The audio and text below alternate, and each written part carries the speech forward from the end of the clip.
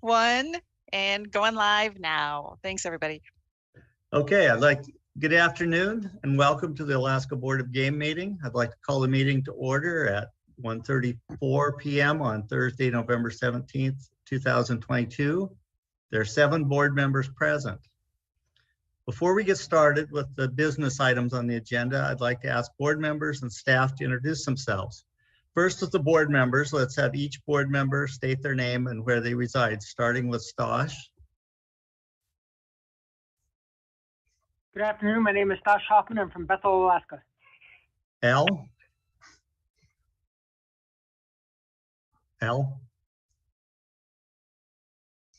Sorry about that. Yeah, my name's Al Brett. I'm from Fairbanks, and I'm zooming in from the executive conference room in Fish and Game. Okay, Lynn? Lynn Keo, Wasilla. Jake? Good afternoon, everybody. Jake Fletcher, Talkeetna. James? Thank you, Mr. Chairman. Good afternoon, everyone. My name is James Cooney, and I'm from Eagle River. And finally, Ruth. Hello, everyone. I'm Ruth Kuzak, and I live in Chugiak. I'm Jerry Burnett. I'm from Juneau. And now with staff introductions, agency representatives and their staff, starting with the Commissioner's Office, Doug Vincent Lang. Hi, this is Doug Vincent Lang, Commissioner of Fish and Game. And I hear Ben Mulligan and Rick Green from my staff are online. Okay, I don't see Eddie Grasser, but Ryan Scott. Thank you, Mr. Chairman. Good morning. Staff. Yes, sir. Good afternoon, and good afternoon, board members and those watching. My apologies. We actually have several staff members on board. I don't anticipate we'll get too far down in the weeds on things, but we wanted to be prepared if we did. Miss Natalie Weber, our regulations coordinator out of Palmer, is with us today. Cindy Wardlow, the regional supervisor, as well as Jeff Sellinger and Dave Battle and Corey Stantor from the Region 2 staff. And from Region 3, we have Lincoln Perrette and Jason Sikowski. And then Region 4, we have Todd Rinaldi. These staff were invited primarily because the ACRs, before you address things in their regions, as well as I think it's a good opportunity for them to see how this process works. Thank you, Mr. Chairman. Thank you. And Lisa Olson. Good afternoon, Mr. Chair. I'm Lisa Olson, Deputy Director for State Subsistence Fish and Game, and flying solo today. Thank you. Okay, and Christy Tibbles. Thank you. Good afternoon, board members and everybody listening in. I'm Christy Tibbles, the board's executive director, and we have 2 board support staff I'd like to introduce who are running the show here for us. Annie Bartholomew out of Juneau and Kyle Campbell out of Fairbanks. Okay, thank you, Christy. Aaron Peterson, Department of Law. You're not our normal person, so. I'm not your normal person, Mr. Chair. Good afternoon, Aaron Peterson. I'm filling in for Ms. Brooking today. Okay, thank you very much. Captain DeGraff. Hey, good afternoon, Derek DeGraff, Captain of the Wildlife Troopers here in Anchorage. Thank you. And I see we have George Pappas from the Office of Subsistence Management. Afternoon, Mr. Chair, George Pappas, OSM, and just want to give you a heads up. We didn't provide comments for this. We usually don't provide comments on ACRs, but we may, if appropriately, if any are accepted at future meetings. Good afternoon, sir. Okay, thank you, George. Okay, have I missed anyone? I don't think so, but before we get started, there are a couple of housekeeping and process items to cover. I'd like to ask board members and staff to please try to stay muted when not speaking, and then remember to take yourself off mute when needed. It's also helpful for board members and staff who are speaking to have their video cameras on if you can. However, there are some of us with bandwidth limitations that are unable to use the cameras. If you need to speak, I encourage you to use Zoom's hand raise feature, and Christy will help me watch for anyone wanting to speak. You can also just raise your hand if you find you aren't being called upon. Of course, we can't see Stosh's hand raising, so he's going to have to interrupt us if he needs to speak. purpose of this meeting is to address 13 agenda change requests that were submitted by the November 1st deadline for the January and March 2023 meetings. The board is open to public via live video and audio stream on the board's website, www.boardofgame.aadfg.alaska.gov. The audio will also be posted online after the meeting for those who are unable to listen live. The board will not be taking public oral testimony during the video teleconference. However, we did solicit written comments, which are part of the board meeting record. All meeting documents, including the ACRs, department comments, board policies, and public and advisory committee comments are posted on the meeting website. For this meeting, since the board will not be taking regulatory action, board members are not expected to provide full ethics disclosure statements. However, if any board member has personal or financial interests that may be affected by the topics to be discussed at this meeting, please indicate so at this time. Okay, hearing none. We are ready to go to the agenda change requests. For each ACR, the board will need to decide whether it meets the criteria under the board's ACR policy, 5 AAC 92.005.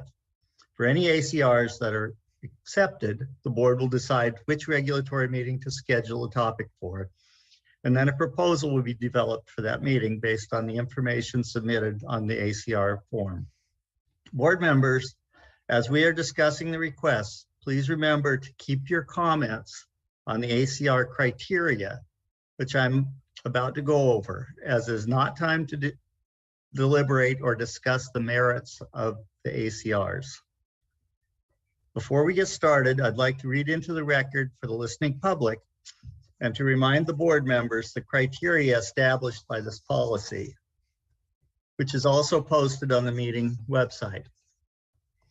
The board will accept an agenda request only for the following reasons. 1, to correct an error in a regulation, to correct an effect of a regulation that was unforeseen when the regulation was adopted, or if the request identifies a biological concern for the population or a threat to meeting objectives for the population, if the request identifies an unforeseen, unexpected event or effect that would otherwise restrict or reduce a reasonable opportunity for customary and traditional wildlife uses as defined in AS 1605-25B subparagraph F, or if the request identifies an unforeseen, unexpected resource situation where a biologically allowable resource harvest would be precluded by delayed regulatory action, and such delay would be significantly burdensome because the resource would be unavailable in the future. In addition to the criteria, the policy also states the board may change the board's schedule for consideration of proposed regulatory changes as reasonably necessary for coordination of state regulatory actions with federal agencies, programs, or laws. An agenda change request is not intended to address proposals that could have been submitted by the deadline for submitting proposals. The board will not accept an agenda request that is predominantly allocative in nature in the absence of new information that is found by the board to be compelling. Unless there are any process questions before we start, we are ready for a motion to accept ACR number 1. For each ACR that is accepted by the board, we will then need a motion for which meeting to schedule it. Mr. Chair, I move to adopt ACR number 1, direct the department to make harvest tickets for the fall hunting season available online and at vendors January 1st. Mr. Chairman, this is Al. I'll second it. Thank you. And Now, if would Brian like to give the department's response? Thank you, Mr. Chairman, members of the board. Good afternoon. For the record, my name is Ryan Scott. I'm the Assistant Director for the Division of Wildlife Conservation. For all of the ACRs this afternoon, we've actually split them up between Natalie and I, Ms. Weber and I, and she will be taking the first 4. So I'm going to turn it over to her. Okay, thank you. Go ahead, Natalie. Thank you, Mr. Chair. For the record, Natalie Weber with the Division of Wildlife Conservation. So the first 4 are pretty similar in nature, as you're aware of. For the agenda change request number 1, the board did receive a request to change harvest tickets and reports. The proponent is asking the board to make harvest tickets for the fall hunting season available on the ADF&G website and at vendors in paper form on January 1st of each year. With respect to the board's agenda change request acceptance criteria, the department is unaware of any errors in regulation. They're unaware of any effects of regulations that were unforeseen when the regulations were adopted. This agenda change request also does not address any conservation concerns or biological concerns. And the department is unaware of unforeseen or unexpected events that would otherwise restrict or reduce a reasonable opportunity for customary and traditional wildlife uses. And also, the department is unaware of any unexpected resource situations that would cause a biologically allowable resource to be precluded by a delayed regulatory action. Specific to the topic itself, hunting seasons that require harvest tickets that span the entire regulatory year, which is July 1 to June 30th of the following year. Those harvest tickets for any given regulatory year are available for approximately 13 months. So beginning around June 1st, we make those paper harvest tickets available at licensed vendors across the state, and we also make them available online. And so the result is that 2 regulatory years worth of harvest tickets overlap, the current one and the upcoming one, for about the month of June. And we do have some other administrative processes in place to try to prevent any confusion on those, and we're happy to answer any questions. But again, this request appears to be non-regulatory and instead focuses on department administrative processes and communications with hunters on required products for hunting. And with that, we'll answer any questions you have. Any questions from board members for Natalie? Not, then board discussion.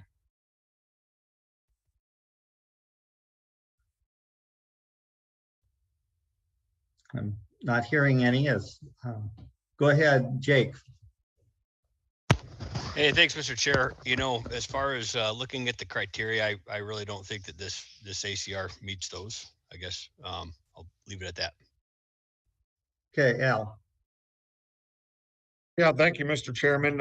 After reviewing this and reading the department's comments, I also agree that it doesn't quite make the ACR requirements, but it seems to be an issue, and I've seen the issue in the last 3 years myself. So it'll be a good proposal to bring up during cycle, or maybe the department will be able to fix it. Thank you, Al. Any additional questions? Go ahead, Lynn. Didn't know I had my hand up. Well, your hand is on the screen pretty big. Oh, it's on my face. It's covering my face up. I have to agree with Al and Jake. I don't think it meets the criteria, but it would be nice to see the department address this, just because people order online and they don't get the correct harvest ticket. And so they're a year out when they're in the field. And so it seems like that should be able to be fixed by the department. But anyways, I don't plan on supporting this. Okay, so thank you. And I want to again remind people that we're not going to discuss the merits of the proposals at this meeting. But I think we're ready to vote on whether to accept this proposal or not at this point. Call the question, this is Al. Okay. Okay, on the motion to accept ACR number 1, Mr. Hoffman. No. Mr. Cooney. No. Mr. Barrett. No. Mr. Keogh. No. Ms. Cusack. No. Mr. Fletcher. No. And Chairman Burnett. No. Motion fails 0-7. Okay, ACR 2. Thank you, Mr. Chair. Mr. Chair, I move to adopt ACR number 2, eliminate all harvest tickets and create mandatory reporting requirements. Second. Okay. Got a motion and a second. Natalie, would you like to speak to this one? Thank you, Mr. Chair. It's agenda change request number 2 is along the same lines as agenda change request number 1. It asks the board to eliminate all harvest tickets and instead create mandatory reporting requirements to replace them. With respect to the board's agenda change request acceptance criteria, all of the same responses that were applicable to the first one are also applicable here. So the department is unaware of any of those things for this one. Also specific to the last agenda change request, harvest tickets are available online for about 13 months. And they do frequently provide an option for hunters to report online or by mail. The department assesses each hunt individually to determine if online reporting should be allowed or not. One of the reasons that the department might determine online reporting is not appropriate is if there is a sealing requirement and we need a specimen or something of that nature. So again, we address those on a hunt by hunt basis. The request change also appears to be non-regulatory and instead again focuses on department administrative processes and communications with hunters on the required products for hunting. If the board does want to discuss this one, we do and decides to take up this agenda change request, we recommend that it come before the board at the March 2023 meeting in Soldotna to allow for some additional public input. And again, if you have any questions on this one, we're happy to answer those. Any board questions? Board discussion?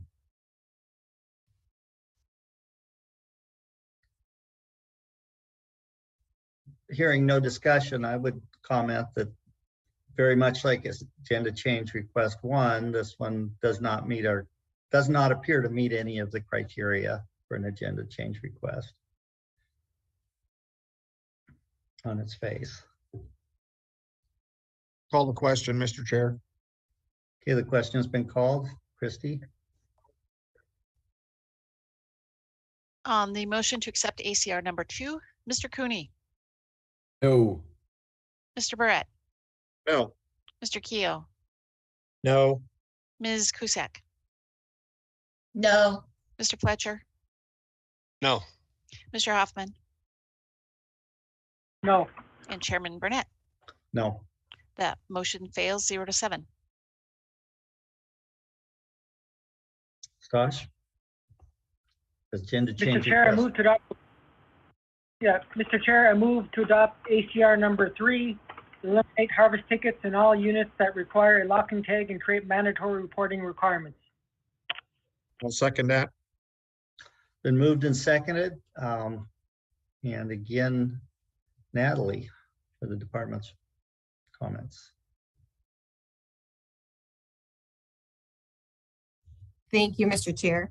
So agenda change request number 3 is a similar topic to the first 2. And the proponent is asking the board to eliminate all harvest tickets that require the hunter to also have a locking tag and instead replace them with required online reporting only. Again, the same responses to the 5 criteria for accepting agenda change requests apply to this one. It does appear to be largely administrative in nature. The legislature is the body that determined all non-residents hunting big game must also purchase metal locking tags in addition to a hunting license. And at this point, I'd like to point out that there is an error in our department comments. We do say that non-residents are required to purchase a metal locking tag in addition to a hunting license. And actually the statute just says that they are required to purchase an individually numbered tag that is to be affixed to the animal while they're in the field. So the statute itself does not specify metal locking tag.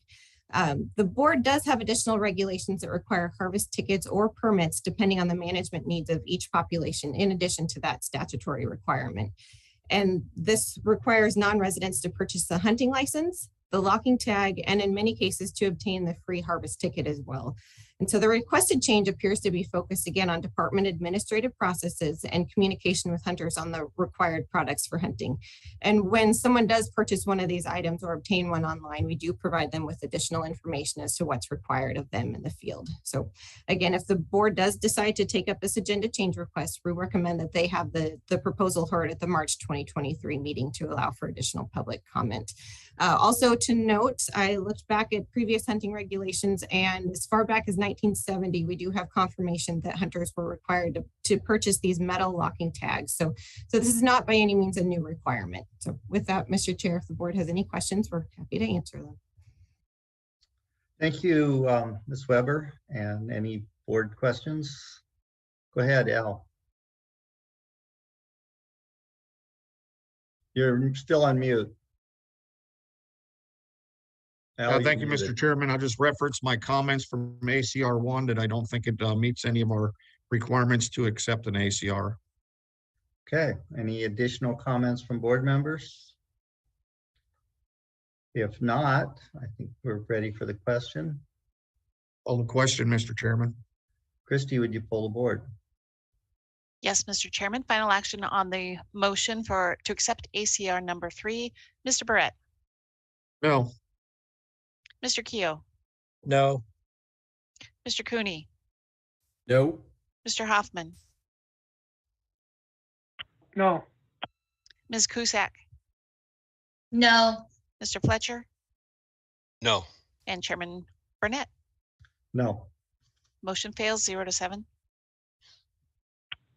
Mr. Chair, I move to adopt ACR number 4, change the big game hunting license tag harvest ticket system for simplicity of use and efficiency. Second that. Been moved and seconded. Natalie Weber, would you like to respond from the department's standpoint?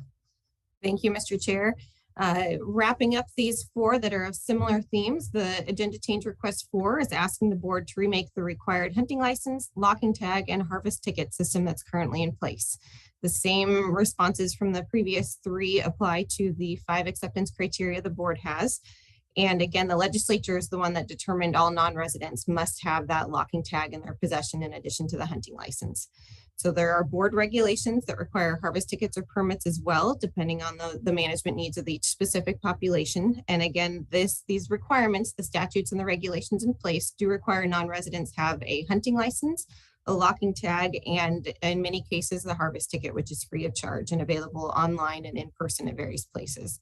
And this agenda change request also includes a request to make administrative changes to a department-wide process for issuing licenses, locking tags, and harvest tickets or registration permits.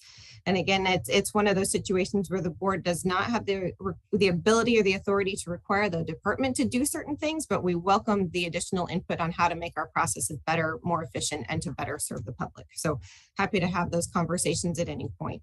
And again, if the board decides to take this one up, we do recommend it come before the board at the March 2023 meeting in Soldotna to allow for additional public input. And with that, if you have any questions, please let us know. Board member questions? And board member comments on ACR number 4 intent? Looks like member Fletcher has his hand up, Mr. Chair. Mr. Fletcher. Hey, thanks. You know, although I think there's some merit in these ACRs, I'm not gonna support this one either. But I do have a quick question for Captain DeGraff, if you're on, sir. Yes, sir. Go ahead. Hey, I have just like I said, just a quick question. Has having a big game tag record, has that ever helped you decide whether an animal was legally taken or not? The requirement to have a big game tag record. Yes, through the chair, we discussed this among some of our troopers and the situations where, like with groups of hunters, if there's something going on, it could, without a locking tag, it could be very difficult to figure out which critter belongs to which hunter on those rarer exceptions where there's dishonesty going on or somebody trying to cheat the system or game it or do something against the regulations or statutes. So certainly it could be a challenge for us, but it's more on the rarer side of things. Thanks so much, Captain DeGraff. Thank you, Mr. Chair. Okay, any additional board member comments or questions? If not, Call the question. Question has been called. Christie, would you poll the board? Yes, Mr. Chairman, final action on the motion to accept ACR number 4. Mr. Keough, No. Mr. Barrett, No. Mr. Cooney, Nope. Mr. Hoffman, No. Chairman Burnett, No. Mr. Fletcher, No. and Ms. Cusack. No. The motion fails 0-7. Mr. Chair, I move to adopt ACR number 5, allow brown grizzly bears to be taken over bait in all of Unit 20 Delta. Second. Been moved and seconded. Deputy Director Scott, you're going to respond to this one? Thank you, Mr. Chairman, and members of the board. ACR number 5 was submitted by the Delta Junction Advisory Committee to the board, requesting a change to 5 AAC 92.044 permits for hunting bear with the use of bait or scent lures. The proponent is asking the board to allow brown grizzly bears to be taken over bait in Unit 20D, including those areas south of the Tanana River. Portions of 20D are currently open to brown bear baiting.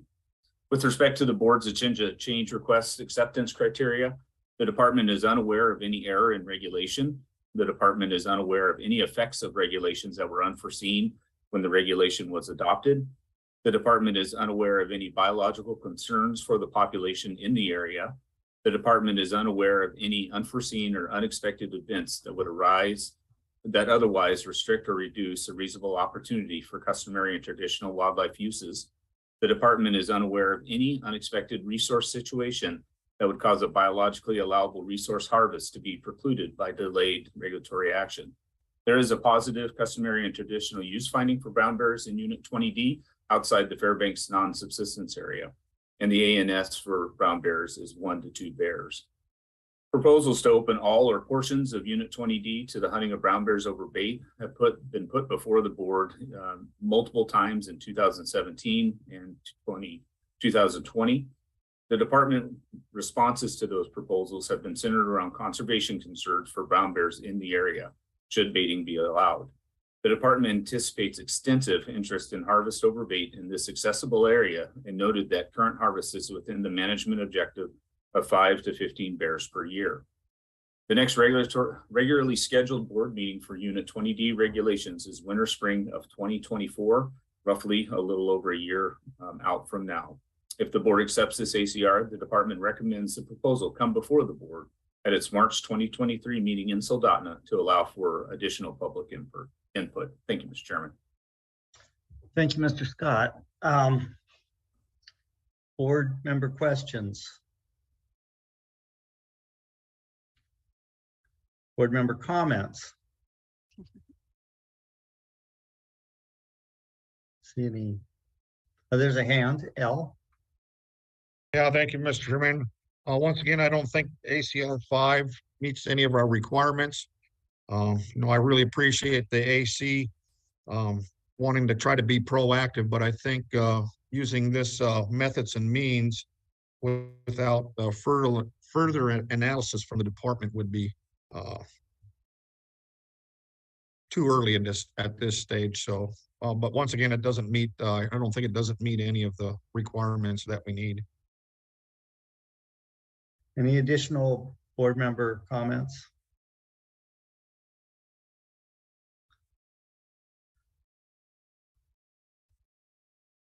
Questions?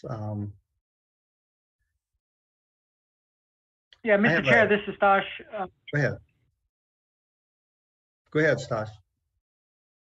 Oh, thank you, Mr. Chair. Just to add, I'd like to convey also that I do agree with Member Brett that it doesn't meet the ACR gender policies criteria, and I won't be in support of it as well. Okay, thank you. If no other questions or comments from the board members, I think we're ready for the question. Call the question. Question's been called. Christy, would you poll the board? Yes, Mr. Chairman, on that motion to accept ACR number 5, Mr. Fletcher. Oh, you may be muted. Sorry, no. Oh, okay. Chairman Burnett. No. Ms. Cusack. No. Mr. Keogh. No. Mr. Barrett. No. Mr. Cooney. No. And Mr. Hoffman. No. That motion fails 0-7. Mr. Chair, I move to adopt ACR number 6, change the Unit 19C Charlie moose hunt for non-residents from a registration permit to a drawing permit with up to 20 permits available. Okay. Been moved and seconded. Director Scott, would you like to address this one from the department? Thank you, Mr. Chairman. Agenda change request number 6 was submitted by a member of the public to the Alaska Board of Game requesting changes to hunting seasons and bag limits for moose. The proponent is asking the board to limit the number of non-resident hunters in the current registration moose hunt 653 through a drawing permit. With respect to the board's agenda change request acceptance criteria, the department is unaware of any error in regulation. The department is unaware of any effects of regulations that were unforeseen when the regulation was adopted.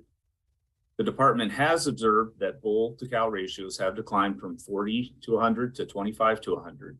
And this is coincident with a series of years with poor recruitment and an increase in resident and non-resident hunter participation and harvest.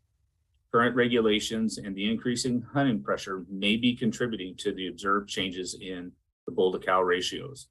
The department is unaware of any unforeseen or unexpected events that would otherwise restrict or reduce a reasonable opportunity for customary and traditional wildlife uses.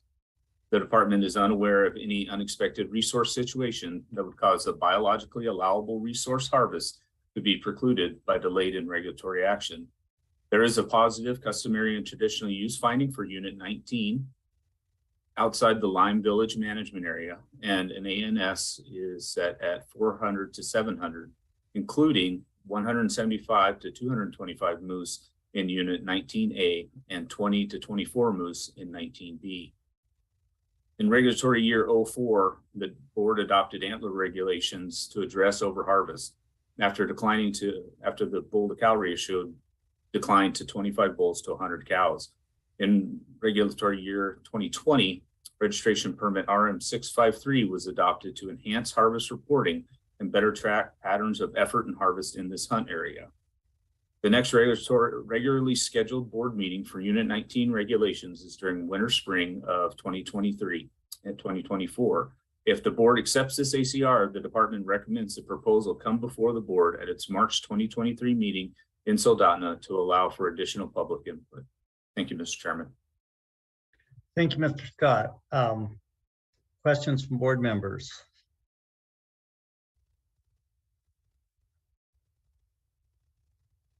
So go ahead, Al. Yeah, thank you, Mr. Chairman. I guess procedurally, I'm going to ask a question since the next 2 or 3 ACRs are very similar, and I like one better than the other two. And I think there is some merit to meeting the requirements of an ACR acceptance. Should I vote on the one I really like to see come before the board, or accept 1 or 2 more of them? That is really your board member preference, but the question is, do they meet the ACR requirements? And that's the sole question. If you believe that one meets the ACR requirements, then we should accept it. If not, we shouldn't. So I have a question for Ryan, separate from that. If we took no action on any of these, the soonest we could go to a drawing permit would be 2025 as a practical matter, if it took it up in cycle. Yes, Mr. Chairman, that is accurate. Okay, just wanted to make that clear. Did you have additional comments or questions, Mr. Barrett? No, I don't, Mr. Chairman. Okay. Any additional comments or questions on this ACR? Mr. Chairman. Go ahead, Christy.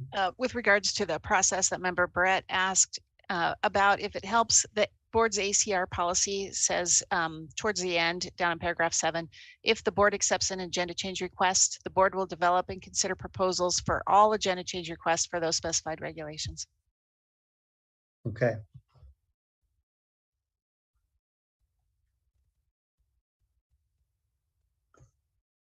So you caught that? Al, go ahead. Thank you, Mr. Chairman. Yeah, and so I do think this does fall in line with an acceptance of an ACR. I think there's a real conservation issue right at the start. You know, we're getting down at the very nitty gritty at the bottom end of our bull cow ratio. So I think it's prudent to maybe be a little proactive on this proposal or on this ACR, and I would accept it. Any additional board member comments on ACR 6? Member Keogh has his hand up, Mr. Chair. Mr. Keogh. Thank you, Mr. Chair. I concur with Member Barrett. I also feel like this meets the criteria and I plan on supporting it. Thank you. Okay, so I would comment that these ACR 6, 7, and 8 are allocative in nature. So that is and if they're primarily allocative, they would not meet our criteria. But we do have a responsibility on animals for consumption by residents to favor residents. So there's some legitimacy here. So anyway, that's my only comment on it. Go ahead, Lynn. Thank you, Mr. Chair. So I guess let me just ask a question. It was my understanding if we accept an ACR, even though, like you said, they're worded somewhat allocatively, if it becomes before the board, everything's on the table. We're not limited to how it's written, correct? It would appear that we would be able to address anything within the regulation for moose hunting in that area. Okay, thank you. The regulations that for 19C moose hunting would be open for discussion at that point.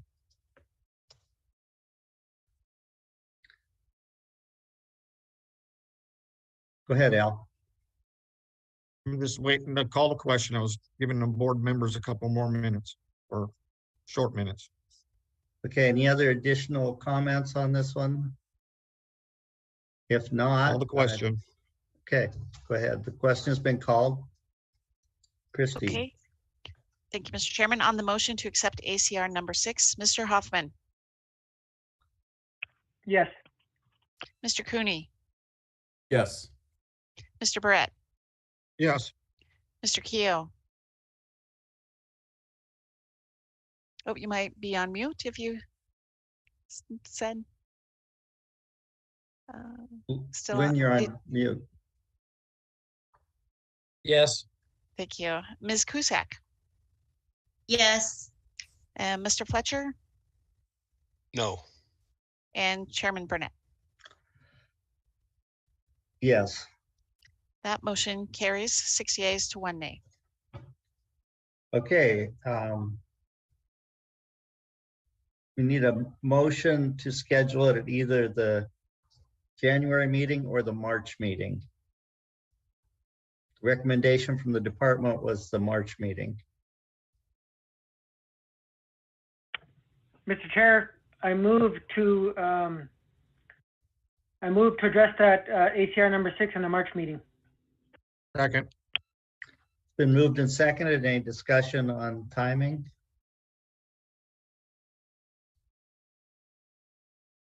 If not, we'd call the question on that, or can we just Could ask for unanimous unanimous consent? Just use unanimous consent. We'll accept the March. It will be scheduled for the March 17th to 21st meeting in Soldotna. Okay, go ahead, Stosh. Mr. Chair, I move to adopt ACR number 7, shorten the resident moose hunting season in units 19C Charlie, close the moose hunting seasons for non-residents, and beginning in 2024, allow non-residents to hunt moose by drawing permit only. Second. Been moved and seconded. Ryan? Thank you, Mr. Chairman. ACR 7 has been submitted by a member of the public to the Alaska Board of Game requesting changes to hunting season and bag limits for moose. The proponent is asking the board to close the RM 653 hunt to non-residents for regulatory year 2023, followed by a drawing permit for non-residents beginning in regulatory year 2024. In addition, the proponent suggests shortening the fall season by 10 days from September 1st through September 20th to September 8th through September 17th for all hunters. With respect to the board's agenda change request acceptance criteria, the department is unaware of any error in regulation. The department is unaware of any effects of regulations that were unforeseen when the regulation was adopted. The department has observed that bull to cow ratios have declined from 40 to 100 to 25 bulls per 100 cows just in the recent survey. This is coincident with a series of years with poor recruitment and an increase in resident and non-resident hunter participation and harvest pressure. Harvests increased from 53 moose in 2018 to 89 in 2021 and 99 in 2022. However, the 2022 information is preliminary. This continues a long-term increase in harvests observed since 2004. Current regulations and an increase in hunting pressure may be contributing to the observed changes in the bull to cow ratios. The department is unaware of any unforeseen or unexpected events that would otherwise restrict or reduce a reasonable opportunity for customary and traditional wildlife uses. The department is unaware of any unexpected resource situation that would cause a biologically allowable resource harvest to be precluded by delayed regulatory action. As mentioned in ACR number 6, there is a positive customary traditional use finding for moose in Unit 19 outside of the Lime Village Management Area, with an ANS for subsistence of 400 to 700 moose, including 175 to 225 in Unit 19A and 20 to 24 in Unit 19B. In regulatory year 2004, the board adopted antler regulations to address overharvest after declining to bull to cow ratio of 25 to 100. In regulatory year 2020, a registration permit, RM 653, was adopted to enhance harvest reporting and better track the patterns of effort and harvest in this hunt area. The next regularly scheduled board meeting for Unit 19 regulations is during the winter spring of 2023-2024. If the board accepts this ACR, the department recommends the proposal come before the board at its March 2023 meeting in Soldotna to allow for additional public input. Thank you, Mr. Chairman. Thank you, Mr. Scott. Board member comments? Questions? Go ahead, Al. Thank you, Mr. Chairman. Like you said last time, this has a lot of allocative issues in it, but I do believe the proposal recognizes a threat to not meeting objectives of population objectives or management objectives in their proposal. So I'll be supporting this one also. Additional comments?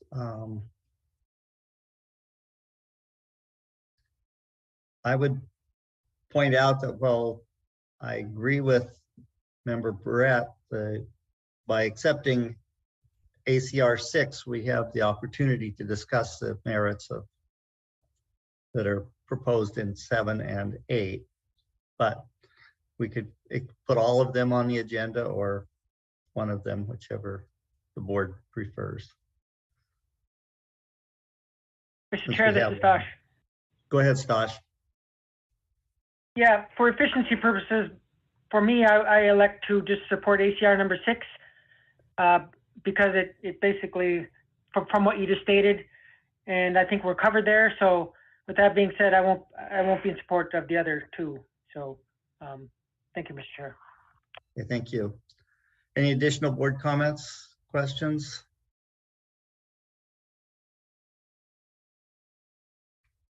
If not, question's been called. On the motion to accept ACR number 7, Mr. Cooney. No. Mr. Barrett. No. Mr. Keogh. No. Ms. Cusack. No. Ms. Fletcher. No. Chairman Burnett. No. And Mr. Hoffman. No. That motion fails 0 to 7. Mr. Chair, I move to adopt ACR number 8, close the Unit 19C Charlie Moose Hunt for non-residents, and beginning in 2024, allow non-residents to hunt moose by draw permit only. Second. Been moved and seconded. Mr. Scott, any additional board or department comments on this ACR? Thank you, Mr. Chairman. For ACR number 8, all of the department comments are consistent with ACR 6 and ACR 7. I'm happy to read through them, but you would hear all the same information. Okay, and board questions for Ryan? If not, I think we're ready for the question on this one. Call the question. Question has been called. Christie, you pull the board. Yes, Mr. Chairman, on the motion to accept ACR number 8, Mr. Barrett, No. Mr. Keough, No. Mr. Cusack, Ms. Cusack, excuse me, No. Mr. Fletcher, No. Chairman Burnett, No. Mr. Hoffman, No. and Mr. Cooney. No.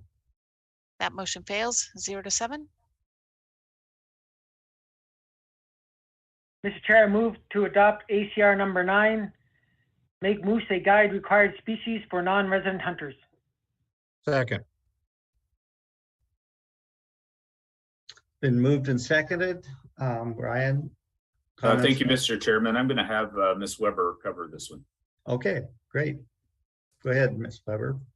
Thank you, Mr. Chair. Addenda change request number 9 was submitted by the board requesting a change to one of the statutes. It requests to change the statute that requires non-residents hunting certain species of big game animals be accompanied by an Alaska licensed guide or resident relative within second degree of kindred. The proponent is asking the board to add moose to the list of species that requires non-residents be accompanied in the field by an Alaska licensed guide or resident relative within the second degree of kindred. In respect to the board's agenda change request acceptance criteria, the department is unaware of errors in regulation, unaware of effects of regulations that were unforeseen when the regulations were adopted. And the department is unaware of any biological concerns for moose populations as related to guided or non-guided hunts. The department is unaware of any unforeseen or unexpected events that would otherwise restrict or reduce a reasonable opportunity for customary and traditional wildlife uses. And the department is unaware of any unexpected resource situation that would cause a biologically allowable resource harvest to be precluded by delayed regulatory action. And we'd like to point out that there is a positive customary and traditional use finding for moose throughout most of where moose naturally occur in Alaska. And again, point out that the board does not have the ability to change the statutes. Only the legislature can require a non-resident be accompanied by an Alaska licensed guide. To address allocation issues in some areas, such as the Kayakuk controlled use area, the board has allocated non-resident moose hunting between non-residents accompanied by Alaska licensed guides and non-residents that are not guided. Again, these actions are all allocative in nature. And so should the board decide to accept this ACR, the department does recommend hearing it at the March 2023 South Central Board meeting. But again, this appears to be a pretty broad agenda change request and does not address any specific biological, any populations or biological concerns. So with that, if you have any questions, we're happy to answer them. Questions from board members for Ms. Weber? The board member discussion. Al, go ahead, Jake. Hey, thank you, Mr. Chair. I guess this question's for Captain DeGraff. The author here says bootleg guiding and outfitting is out of control and there seems to be no or little law enforcement. And this is the only way to stop these illegal activities. Could you speak to that really quickly if you have any comments? Yes, are you able to hear me? Yes. Go ahead. Yes, sir. Okay. Sorry, I just couldn't get my camera going here. It's showing an error on starting the video, so apologies there. But through the board, yeah, I read that and it just seems like a broad generic statement. I know I can make arguments. We need more staffing to do better enforcement. We're trying to grow our division so we have better enforcement. But I don't see it as portrayed in the ACR that was just read. Hey, thanks a bunch, Captain DeGraff. Can I talk a little bit more, Mr. Chairman? Go ahead, Jake. Hey, I don't think I'm going to support this ACR. I don't think it meets the criteria that's required. Okay, any additional board member comments? Go ahead, Al. Thank you, Mr. Chairman. I'll agree with the department on their assessment of this, and I think it's highly allocative, and I don't think it meets any of the other criteria, so I won't be supporting this neither. Okay. No other comments from board members? We're ready to vote. Call the question. Go ahead, Christy. Poll the board. Thank you, Mr. Chairman. On the motion to accept ACR number 9, Mr. Barrett, No. Mr. Keough, No. Ms. Cusack, No. Mr. Fletcher, No. Chairman Burnett, No. Mr. Hoffman, No. and Mr. Cooney. No. Motion fails 0-7. Mr. Chair, I move to adopt ACR number 10, reauthorize the intensive management plan for moose in units 21E Echo. Second. Been moved and seconded. Mr. Scott, is this yours? Yes, sir. Thank you, Mr. Chairman. ACR 10 is submitted by the Alaska Department of Fish and Game to the board, requesting a change to the Unit 21E Predation Control Area Plan. The department is asking the board to consider amending the current intensive management plan by extending it by 1 year. This would bring the plan back into alignment with the regularly scheduled board meetings for the region. With respect to the board's agenda change request acceptance criteria, the department is unaware of any error in regulation.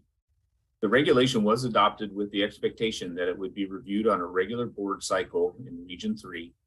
The COVID-19 pandemic resulted in shifting the regular Region 3 meeting that would have occurred in 2023. This intensive management plan is now out of sync with the planned meeting date in 2024 and will expire on June 30th, 2023. The department is unaware of any biological concerns for the population or a threat to meeting objectives for the population. This intensive management plan has not been active and was initially put into place as a proactive measure if moose populations were to decline. Currently, the moose population is within intensive management objectives.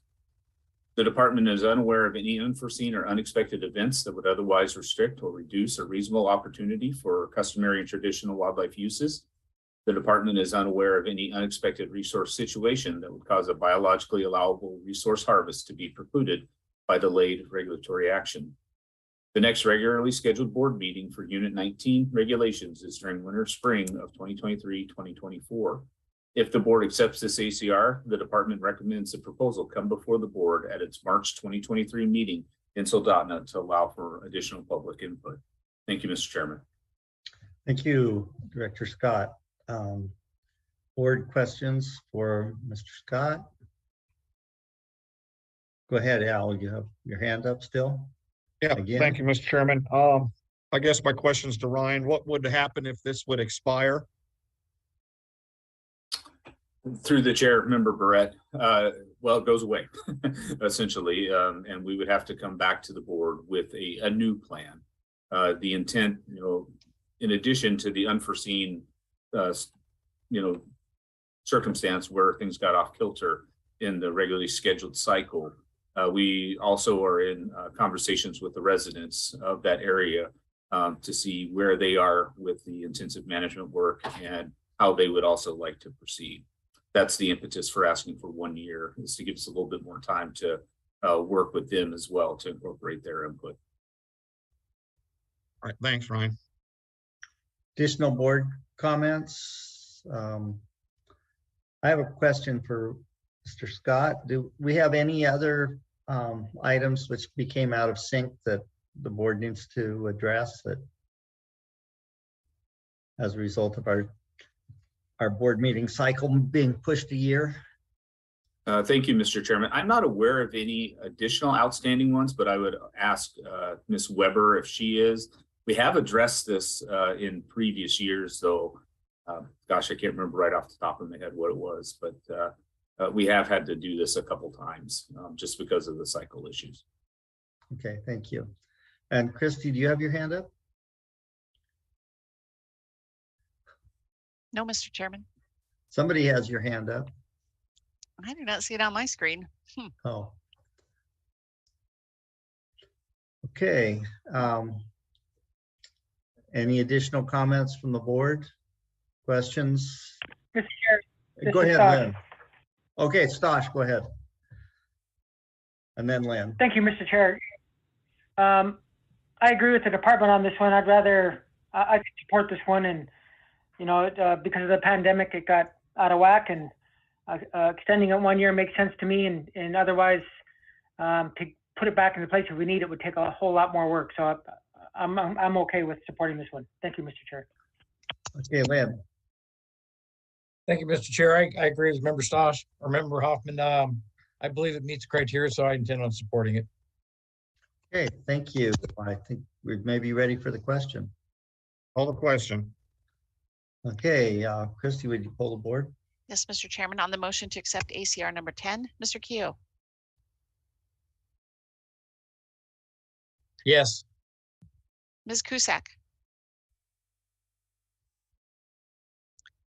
You're on mute. Yes. Mr. Fletcher, Yes. Chairman Burnett, Yes. Mr. Hoffman, Yes. Mr. Cooney, Yes. Mr. Barrett. Yes. That motion carries 7-0.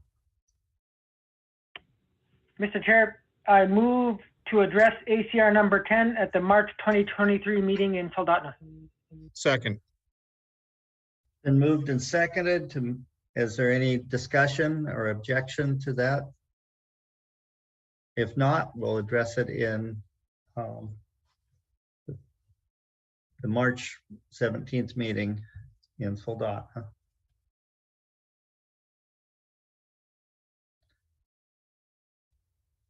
Okay. Mr. Chair, I move to adopt ACR number 11, establish a tier 2 hunt in regulation for the Nelchina caribou herd in Unit 13. Second. ACR 11's been moved and seconded. Mr. Scott? Thank you, Mr. Chairman. ACR 11 is submitted by the Alaska Department of Fish and Game to the board requesting changes to 5 AAC 85.025 hunting seasons and bag limits for caribou. The proponent, the department, is asking the board to establish a tier 2 hunt for Nelchina caribou to address a population currently under management objectives. With respect to the board's agenda change request acceptance criteria, the department is unaware of any error in regulation. The department is unaware of any effects of regulations that were unforeseen when the regulation was adopted.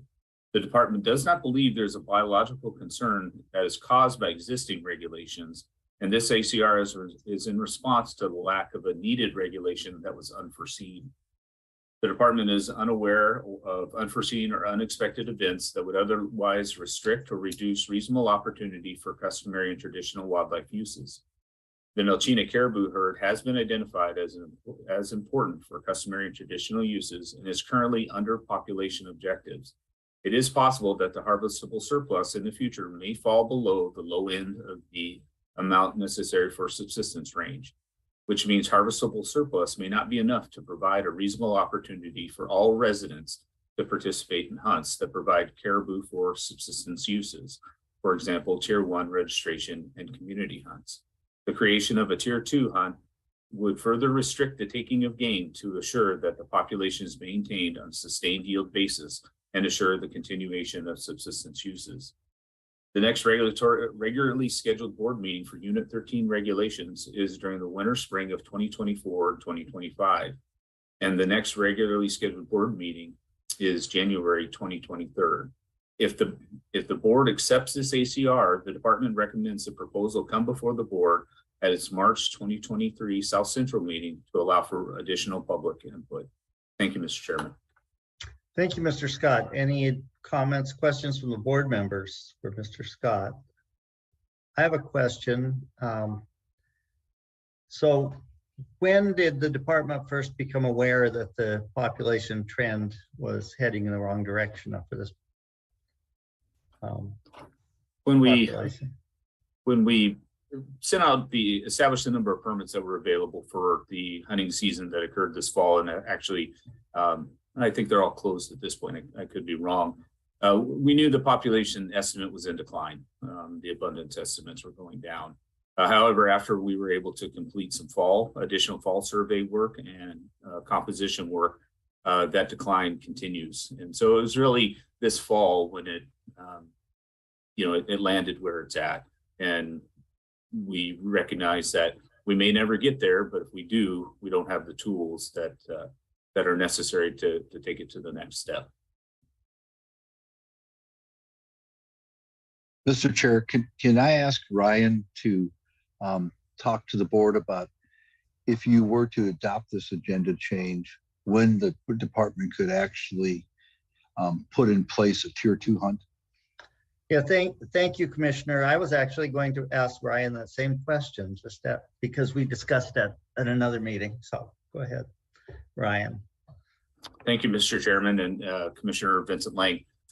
So the tier 2 hunts throughout the state are run concurrent. The application period is run concurrently with the draw hunt applications. So at the earliest, the applications would come out next fall, and then the actual hunts would occur the following fall. So that would be 2025, similar to a previous ACR we described. However, there's been a lot of discussion about how this would work, and I believe putting a proposal in front of the board and having that discussion on what a tier 2 hunt would look like, and establishing some practical triggers and timeframes, so we avoid going in and out of tier 2. You can imagine the Nelchina hunts are the most complex hunts that we have, and trying to go in and out in every other year is just that would be incredibly difficult, complex, and very confusing to hunters.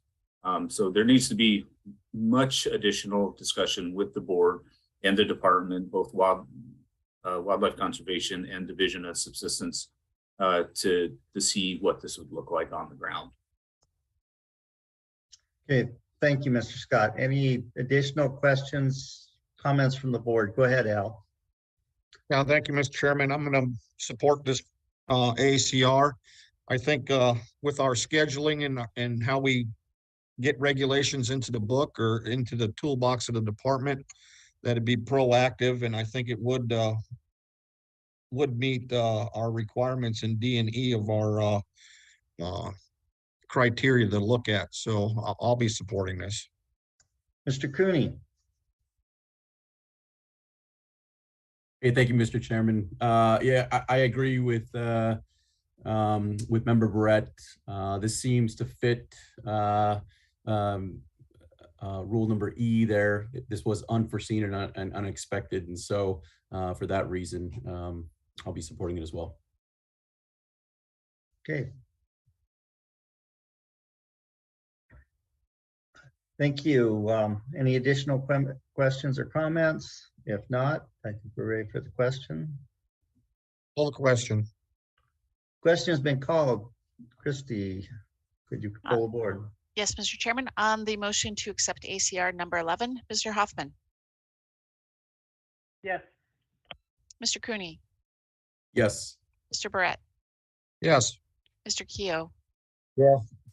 Ms. Cusack. Yes. Mr. Fletcher. Yes. And Chairman Burnett. Yes. That motion carries 7-0. Mr. Chair, I move to address ACR number 11 at the March 2023 meeting in Soldotna. Second. Been moved and seconded that it be addressed at the March meeting in Soldotna. If without objection, it will be scheduled for that meeting. Thank you. Mr. Chair, I move to adopt ACR number 12, limit non-resident sheep hunting in Unit 19C Charlie to drawing permit only, with up to 20 permits available. Second.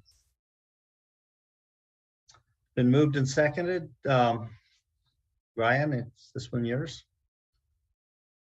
Thank you, Mr. Chairman. I'm going to take ACR 12 and then I'm going to turn it back over to Natalie to bring it home. ACR 12 has been submitted by resident hunters of Alaska to the Alaska Board of Game requesting changes to hunting and seasons and bag limits for Dall sheep. The proponent is asking the board to limit or restrict all non-resident sheep hunting in Unit 19C with a preferred option to implement a draw hunt for non-residents with up to 20 permits available. With respect to the board's agenda change request acceptance criteria, the department is unaware of any error in regulation. The department is unaware of any effects of regulations that were unforeseen when the regulation was adopted. Due to large-scale weather events, sheep populations have declined in many areas of the state, including 19C. Although populations in some areas of the state appear to have declined by 60 to 70%, current harvest and regulations are not likely responsible for the decline.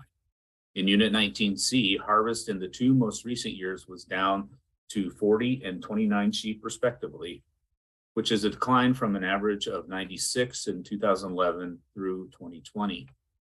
The department currently estimates that harvestable surplus on this population, absent additional changes to composition or abundance, is 20 to 30 sheep. There is a winter registration permit hunt, RS 380, for residents only with a bag limit of 1 sheep with 3/4 coral horn or smaller, excluding rams with both tips broken, lambs, and ewes with lambs during October 1 through April 30th. While the regular sheep season can provide for subsistence opportunity, the winter registration hunt was structured specifically to provide subsistence opportunity according to the pattern of customary and traditional uses. RS 380 was closed by emergency order in regulatory year 2020 and has had a restricted bag limit for regulatory year 2021 and 2022 due to biological concerns associated with the harvest of ewes.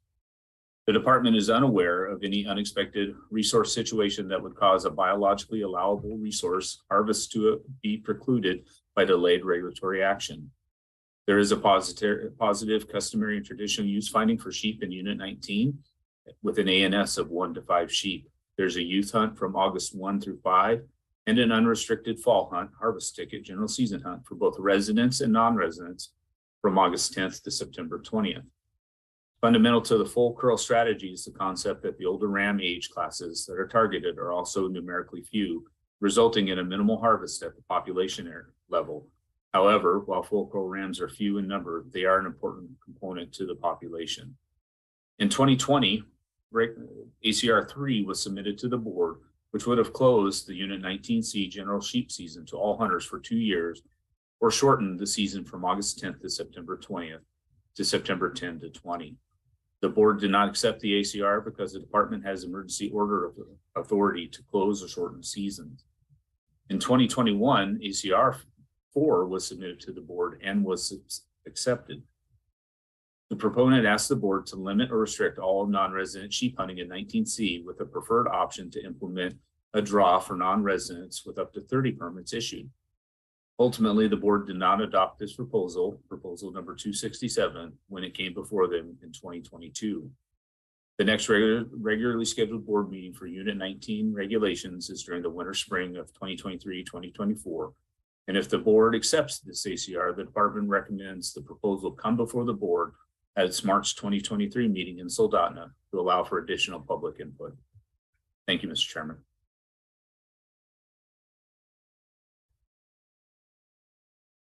Thank you, Mr. Scott.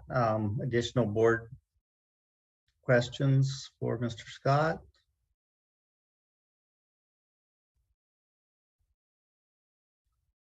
Hearing none. Al, go ahead. You have your hand up.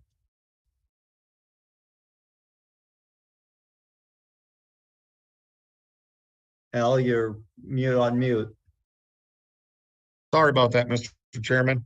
Yeah, I would like to, I probably won't support this proposal. I think with the last Zoom meeting that we had on the state of sheep within the state, I don't think it meets any of our directives to accept an ACR.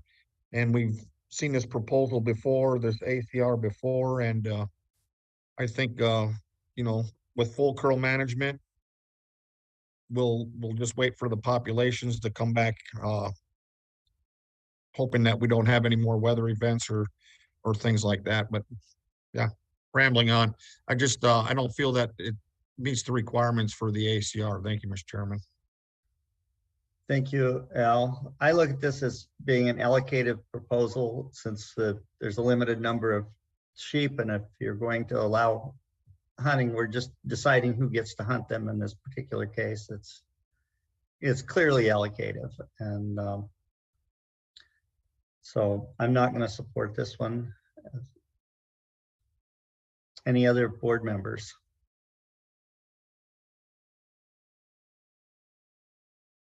Go ahead. I think we're ready for the vote on this one. Call the question, Mr. Chairman.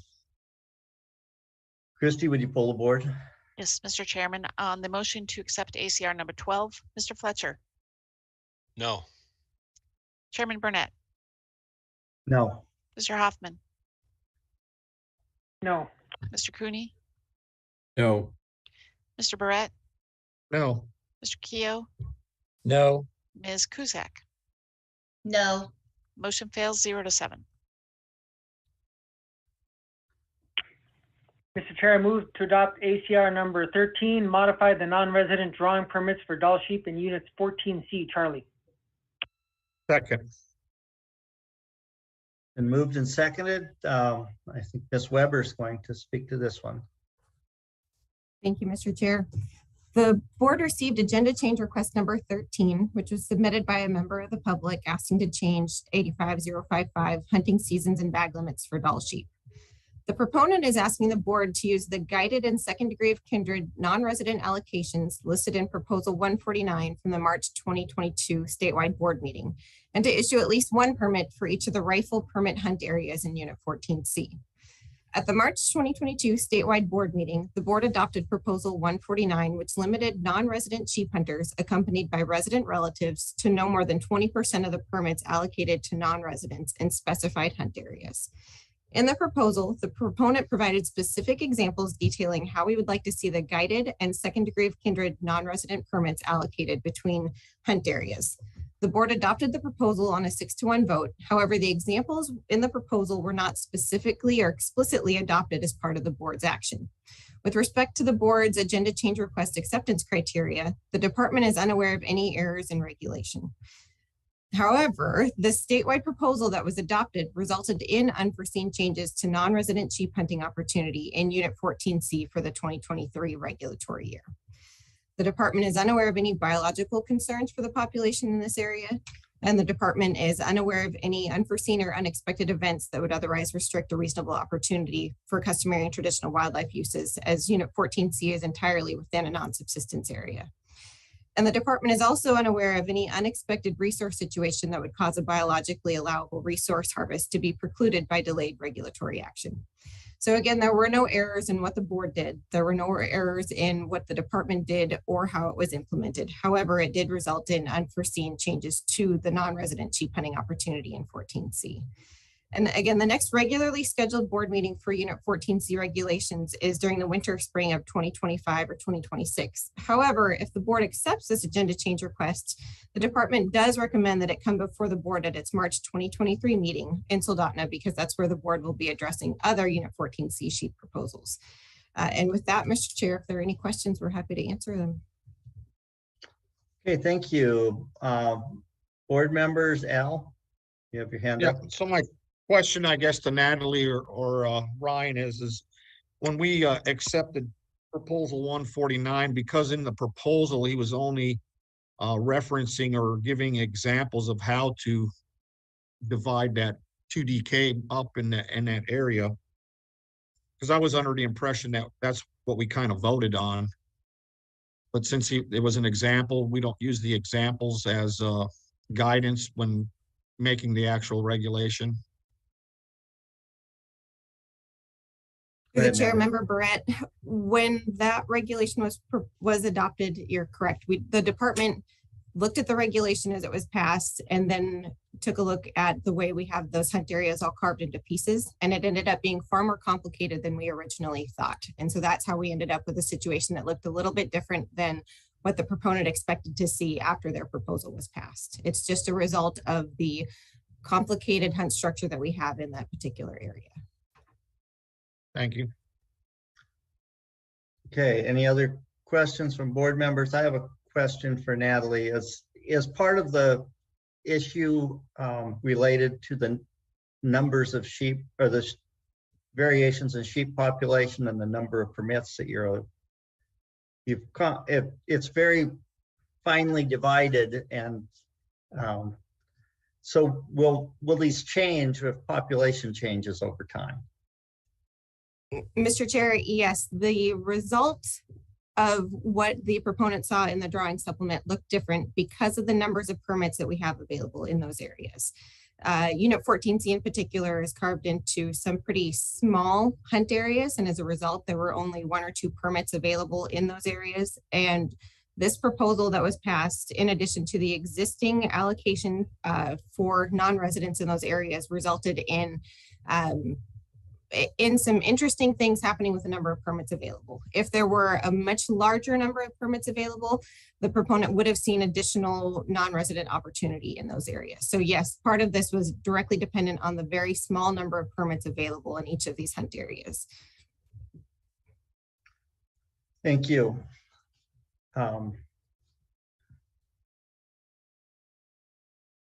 Any additional board member questions?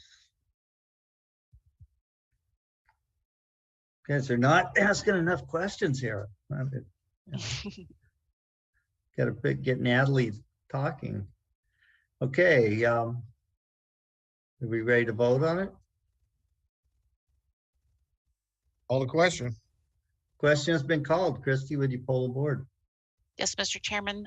On the motion to accept ACR number 13, Mr. Barrett, Yes. Mr. Keogh, Yes. Ms. Cusack, Yes. Mr. Fletcher, Yes. Mr. Burnett, Yes. Mr. Hoffman, Yes. and Mr. Cooney. Yes. That proposal or that agenda change, that motion is accepted by a vote of 7-0.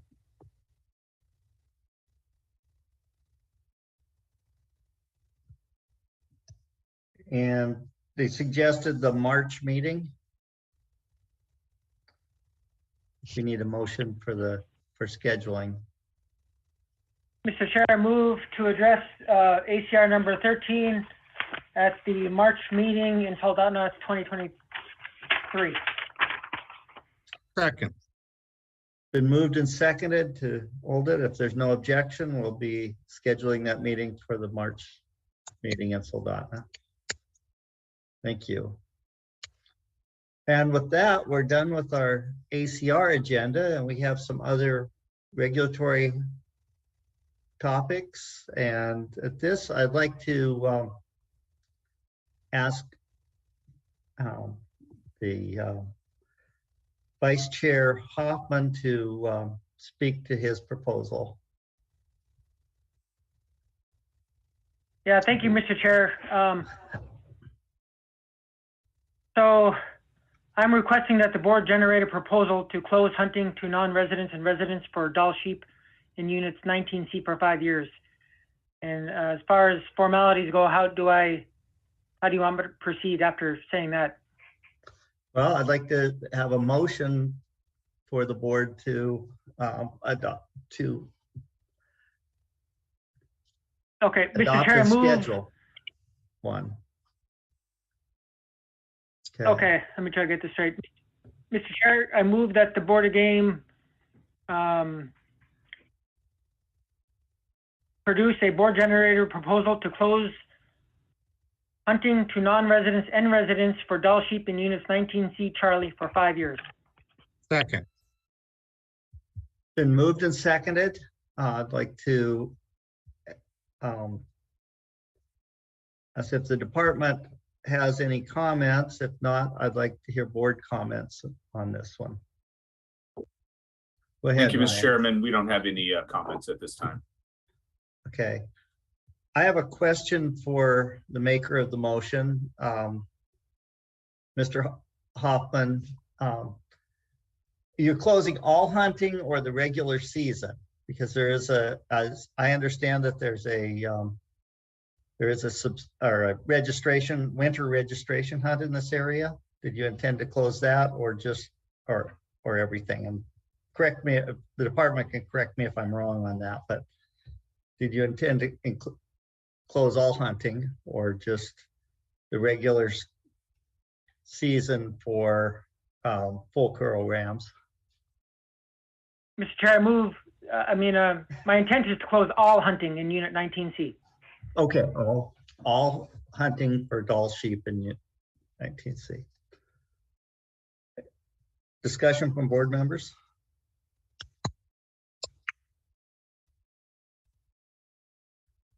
Mr. Chair, this is Stosh. Go ahead.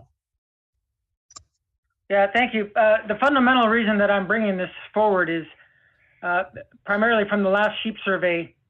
The numbers took a drastic drop, and the harvest numbers are down almost 75%. And I feel that we have a conservation concern that we need to address sooner than later. And that's the primary reasons I support this proposal be addressed by the Board of Game. Okay, James, you. Hey, thanks, Mr. Chairman. So, Member Hoffman, I agree with your last comments there for the most part. My question is, how did you arrive at the number of years? Can you talk to that or explain how you arrived at the number of 5? Number one, is that enough? Number two, is it too many? Can you speak to that? Over. Yeah, thank you. Appreciate the question through the chair. Yeah, I don't think 2 is enough to actually make a difference.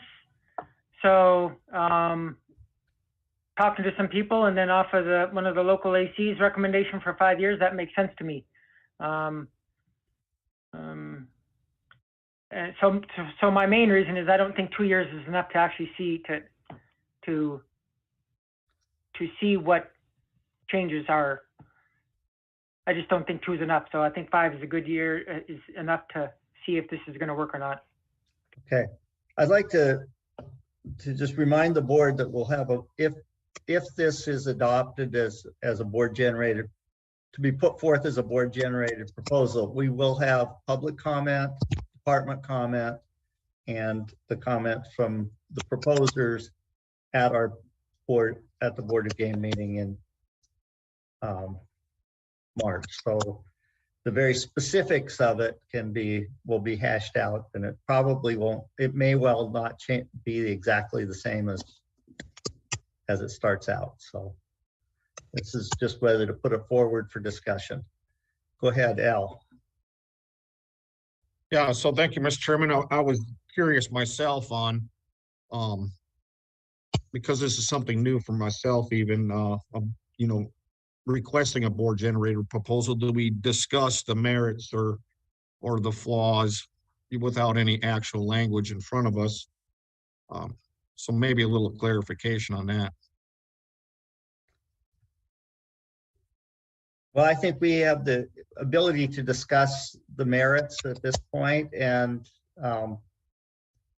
make it more specific or less specific and make sure that it meets the motion makers and the board's requirements for what he wants to put out to the public and what the board wants the public to see and discuss. Is this will go to this will go out for public comment, go out to all the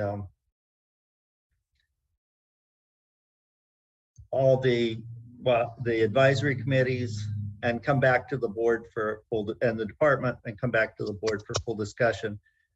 So what do we want to put out there, and what are we willing to put out there, and do we want to put anything out there for this subject? That's the appropriate board discussion at this point.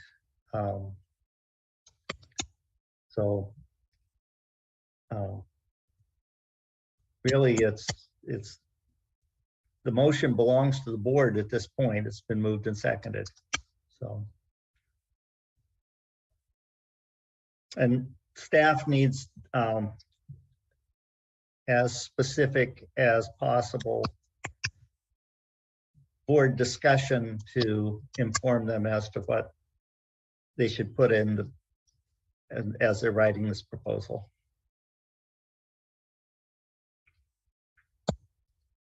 I think it's clear from the motion that he wants to close all hunting, residents and non-residents, for 5 years and discuss that at our board meeting. Aaron, did you have a comment? I see your face popped up again. Yes, Mr. Chair, I was just going to point out that there is a criteria for the development of board generated proposals.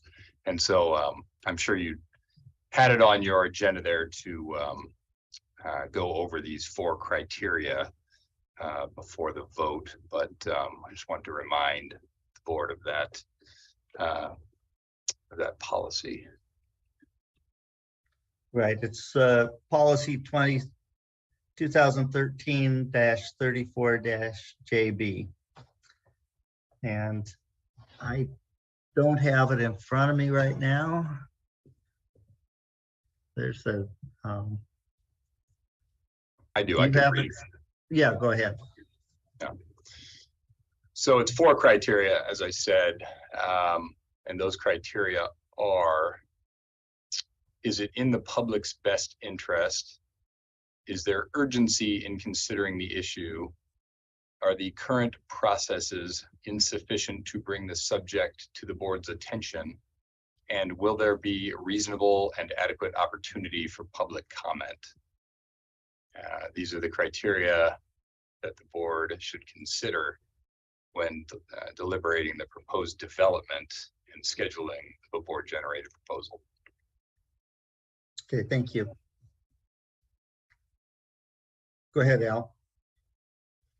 Yeah, thank you, Mr. Chairman. So, yeah, Stosh, I wanted to ask you which one of the criteria are you kind of looking at to base generating a proposal from the board? Through the chair, Member Brett, I think it meets all of them, in my view. Yeah, I can elaborate, but if you'd like. No, I'm with you too. I was looking at them and I'm just what we had for information from our last meeting on our sheep, last Zoom meeting we got with sheep. It didn't seem like even in the areas that were closed to sheep hunting, like national parks and areas, that the decline was just as drastic as it was in other parts of the state that had hunting populations. So I don't know how hunting or the lack of hunting will, of course, there'll be some increase on that, but you know, we're losing a resource that could be used because we're under full curl management of taking mature rams, and there'll be mature rams that'll die on the mountain that nobody got to use.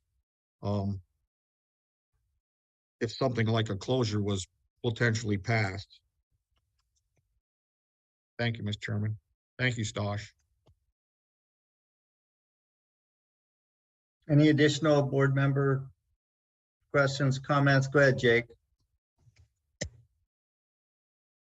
Hey, thank you, Mr. Chair. This question's for the department. If we were to generate a proposal here, and if we were to, there's a lot of ifs here, if we were to look at it this winter and implement it, how quick would that go into effect? Through the chair, Member Fletcher. So that is a general season hunt. So that would happen if it's heard in Soldotna, it'll happen by July 1st. And that would be the effective date, July 1st, 2023.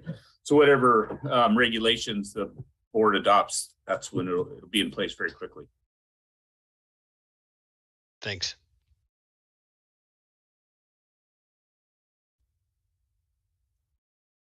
Okay, Al. One last question, Mr. Chairman, to the department. If you had a board generated proposal in front of you or in front of us in March, would you bring any additional information that wasn't supplied at the last meeting we had on sheep? Through the chair, Member Barrett, I think we would get farther down into the details. You're aware that we included 19C in that statewide, in that statewide sheet discussion. However, we will bring more detailed and probably longer, historically speaking, data sets for you to consider as well. Thank you.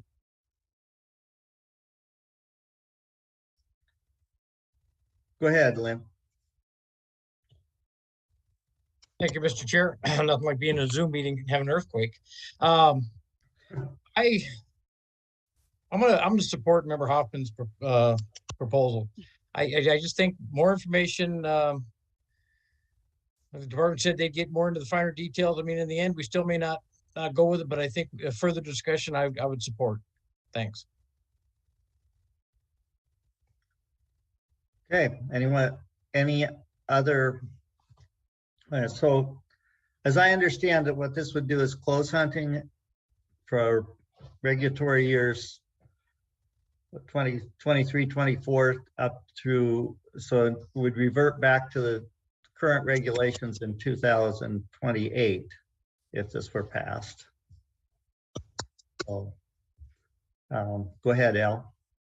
You have your hand up, or is that just a hand? Just me covering my mouth. Okay, good enough. So I think, or we may be ready to vote on this. I'm not hearing from other members, so the question is, Jake has his hand up. Who? Oh, Jake, go ahead. Hey, thanks, Mr. Chair. You know, Member Hoffman and I don't see eye to eye exactly on this, but hearing that the department might bring some extra information to the table that we could take into consideration. I think that it meets the criteria here, and I'm gonna support it. Okay, so we ready for the question? Call the question. Christy, would you poll the board on the motion? Yes, Mr. Chairman. And before I do, so the motion is to generate a board proposal. There was not part of the motion to schedule that yet. Did I get that correct? I believe he did specify. Did he specify? I'm not sure, but I know the intent was to specify that it be heard at the March meeting. And okay, if the maker of the proposal and the second agree with me, I think. I concur, Mr. Chairman. Mr. Chair? Yes. Mr. Chair, this is Stosh. Yes. Yeah, initially I said the March meeting just to be, I thought sooner would be safer, but after some collaboration with the department and everyone, it really doesn't matter. It could easily go to the South Central region meeting as well with the same effect, if I'm not mistaken. Okay, so the meeting would be the South Central meeting in March. thank you. I didn't write that as part of the motion, so I just wanted to make sure if that's what was intended there. Starting with Member Keough on the motion to schedule that proposal for the March meeting. Yes. Mr. Barrett, No. Mr. Cooney, Yes. Mr. Hoffman, Yes. Chairman Burnett, Yes.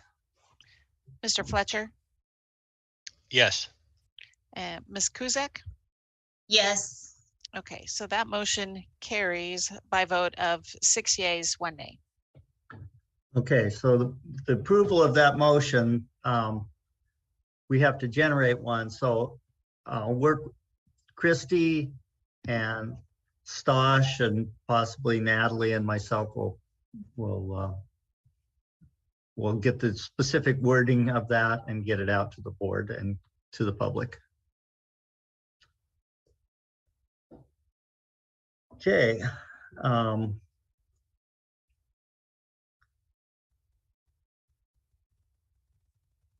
So I think we're moving on the agenda here. We had some late proposal submissions for the 2022-2023 meeting. Proposals 200 to 203 in the back of the book were submitted on the 30th of April. Proposal deadline was Friday, the 29th of April, but it's normally been May 1st.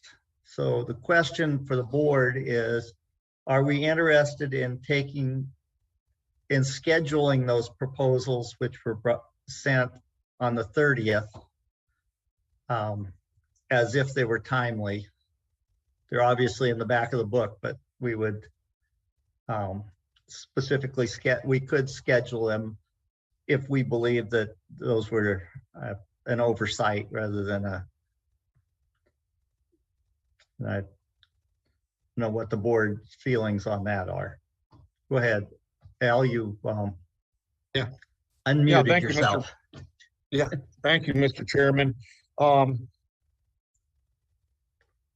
don't know if we need a motion on the table, but I would like to anyways exclude proposal 201, which is dealing with sea otters.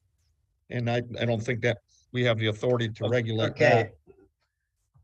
Yeah, I agree that we don't have authority. There's some of these that we don't have authority for, but we would handle them just as if they were received timely, and we either have authority or don't have authority. So not separating whether they work or not on this question. The question, right? Well, I think due to the time or the date that was set on there, and under normal circumstances, under other agencies and governances, that they generally, if a end date comes up in the middle of a weekend, it usually goes to the next working Monday or working day. So I would support moving these to the. Would you like to make a motion to that effect? Yes, I would. Yeah, thank you, Mr. Chairman. I move that we allow proposals 200 to 203 be accepted into this year's board meetings. Second. We have a second from Lynn and Stosh. So, any further discussion on that question? I don't think we need a roll call vote on that, do we? Or do we need a roll? I thought if there's no objection, or if there's no objection, I think we'll just schedule those for our regular meetings, to the extent that they're things that that are within our authority. Unanimous consent. Okay.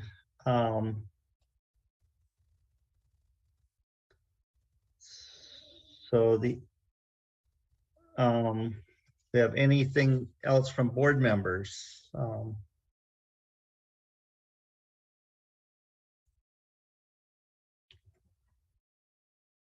Christy, do we have anything else that we with regards for proposals, Mr. Chair? Yes. Some of the public comments that were submitted concern late submissions or clarification, so they're there for the board's consideration if they'd like to discuss them or do something with those requests. Yeah, there was a public comment on proposal 199. There was public comment on from Mike Beathers. And a late proposal request from Elnar Hasseth, for your information. I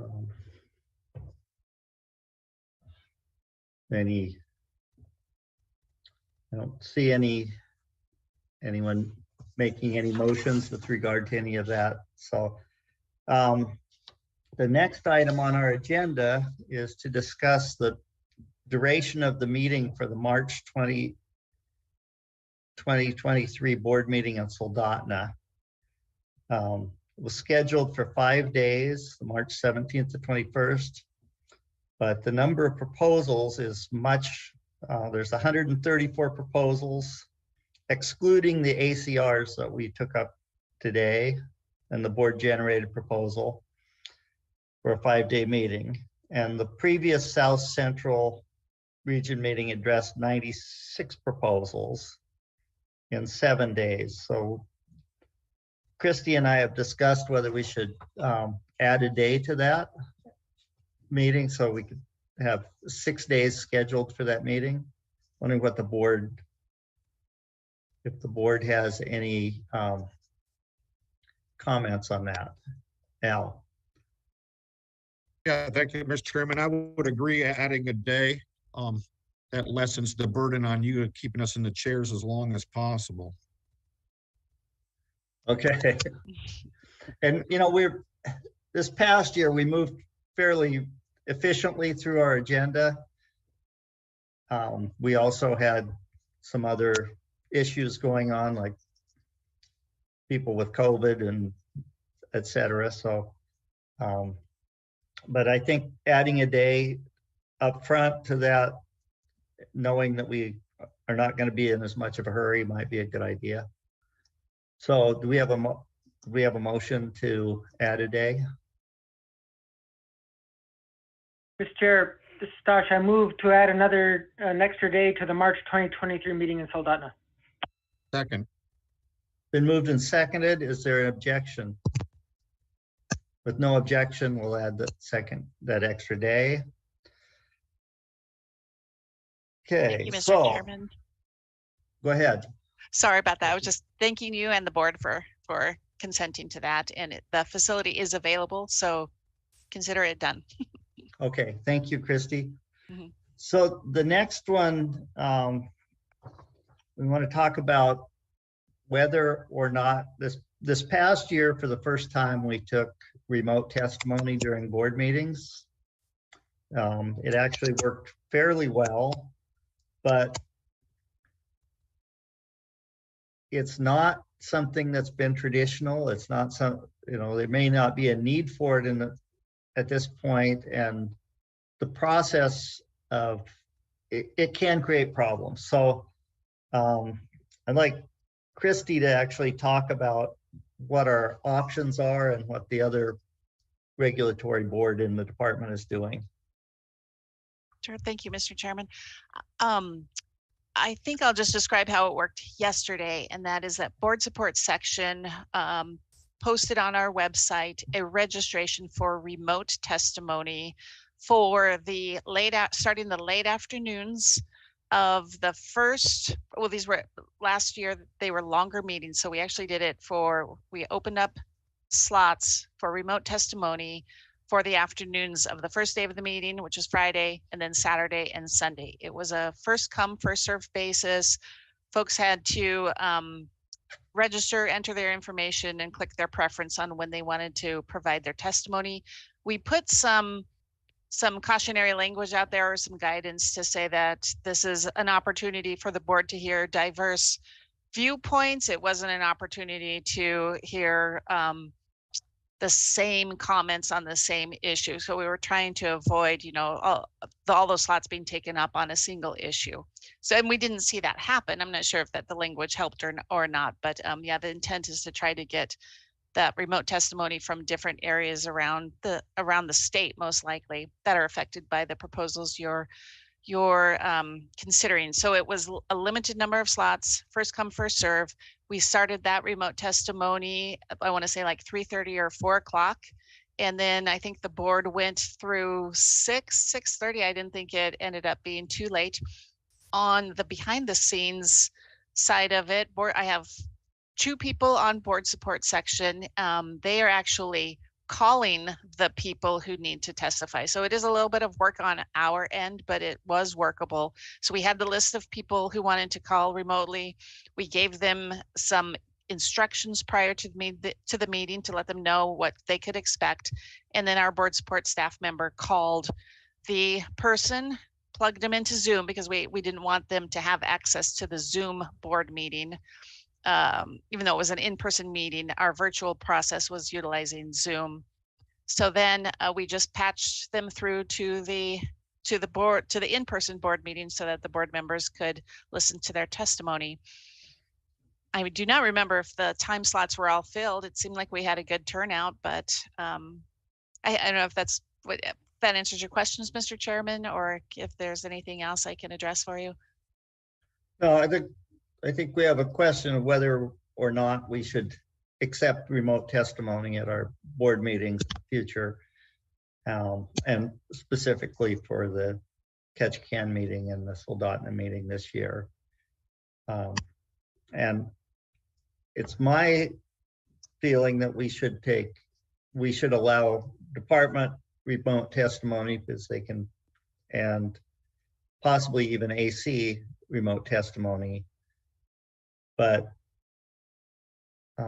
in-person testimony from members of the public. But I don't know how the board feels about that and how they feel about how it worked last year. Go ahead, Al. Well, I thought having public testimony over the Zoom, I thought went rather well last year. Like anything that's new, there might have been a hiccup or two on it. So I think it'll grow. And I think, you know, having that ability to have the public be able to have access to a board with the cost of flights and hotels at today's rates are pretty outrageous. You know, it's potentially a cost saving for the, you know, the private person in the public, but also, you know, for ACs to not have to fly and be boarded or roomed at a hotel, that this may be a somewhat of a cost saving measure and still have access to the board. So I did think it worked fairly well last year. Okay, so the other half of this is the RC process, which historically, prior to last year, people, in order to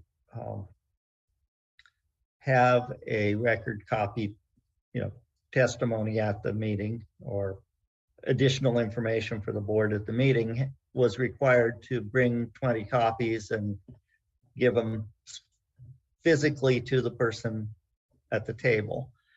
And this past year, we allowed people to, I believe, submit by email and maybe some other process. The board support has now set up a online portal so that people can do it. The difference is now that board support has to make copies at the meeting, but that gives people who are not physically present at the meeting an opportunity to give information to the board, even if they can't testify remotely.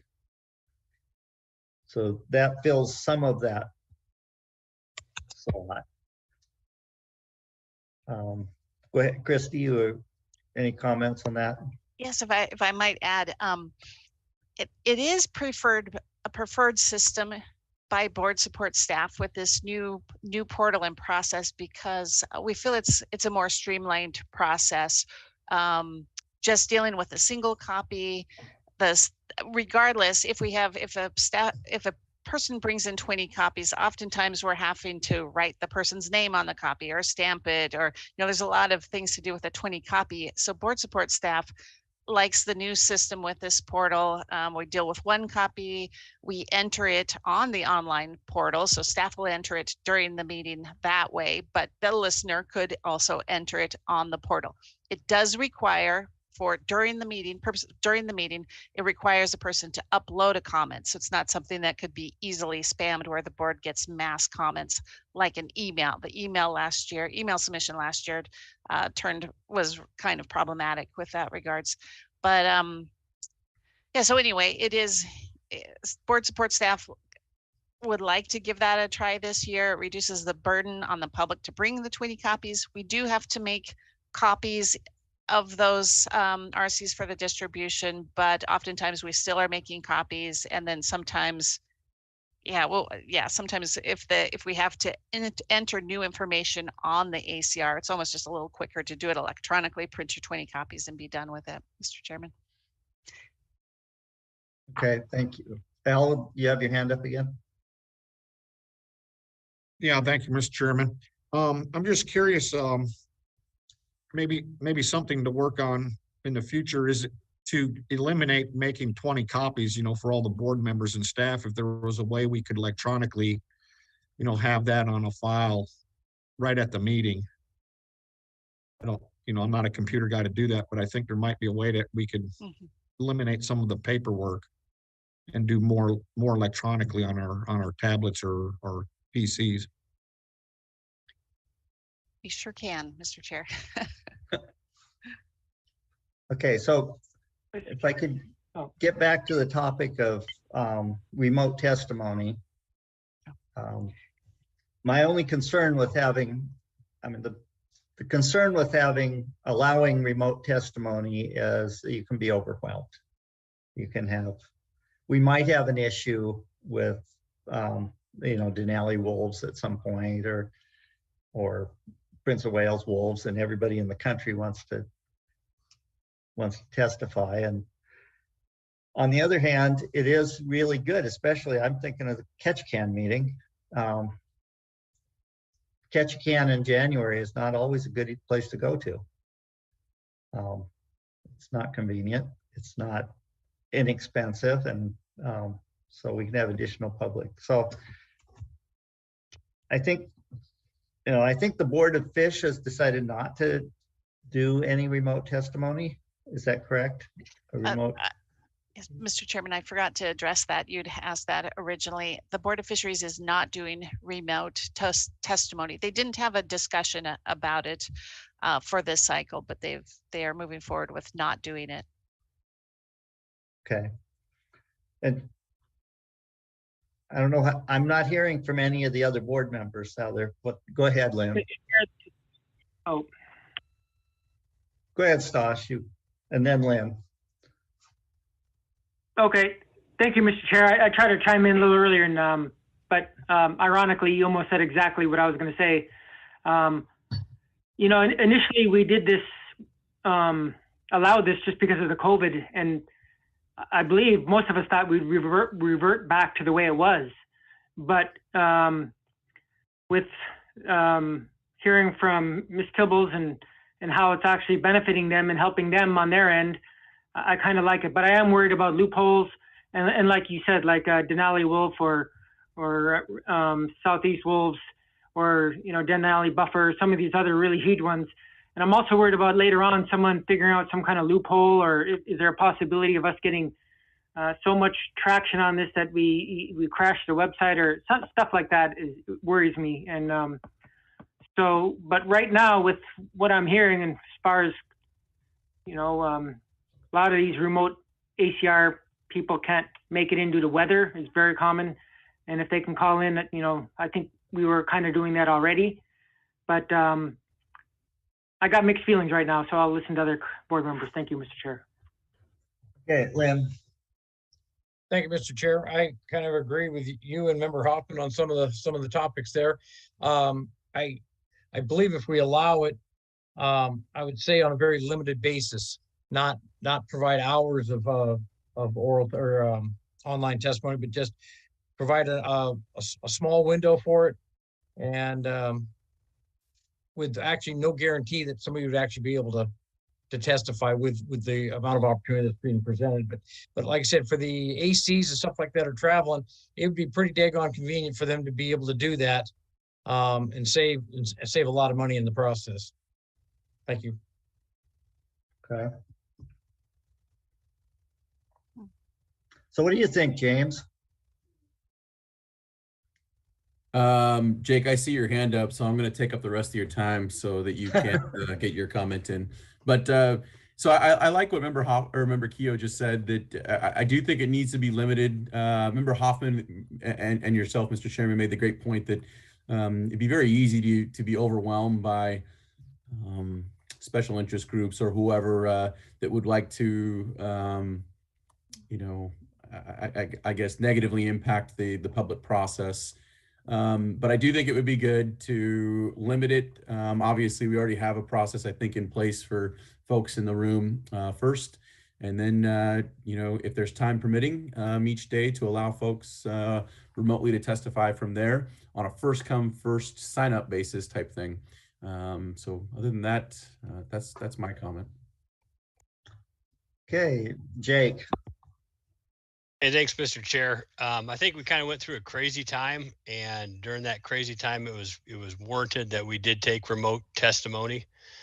And it wasn't only it was appreciated. It was absolutely great. But I kind of think we're through that time right now, and I believe that we're going to be on a tightrope here if we keep allowing a tremendous amount of remote testimony, just due to the fact that we travel to these different areas. We get the local flavor. Somebody that might not normally testify comes in to testify. And then the next part of this is if everybody testifies remotely, what are we all just going to sit in our homes and not be access to the public and take it on the chin in the in terms between our decision making? I don't think I want to go down that road. Thanks, Mr. Chair. Okay. Any additional comments? Mr. Chair. Yeah, go ahead, Christy. Just for the listening public, and so it's very clear to everybody else that the board always accepts the written comment. That is the avenue for somebody to submit comments. Absolutely. Who can't be in person is that they can submit the written comments. Yes. And those are the written comments by the deadline. Clear. By the deadline is preferred. Right. But then the question is about submitting comments during the meeting. So it's kind of a second part there to flesh out. We will always. So hearing the board and Christy, I think if we allow any remote testimony, I think what we'd want to do is after there's AC testimony or department testimony, obviously, we want to take it where we can get it. And, but if we're going to do any remote testimony, it would have to be after the people in the room and very limited in time. It's not going to be just everybody in the world can call in, because that's unmanageable. Mm-hmm. and unfair to the people that are in the room. The people that take the time and trouble and engage in the process. And this has been historically a very in-person engaged process. I think that's a big part of why it works as well as it has worked historically.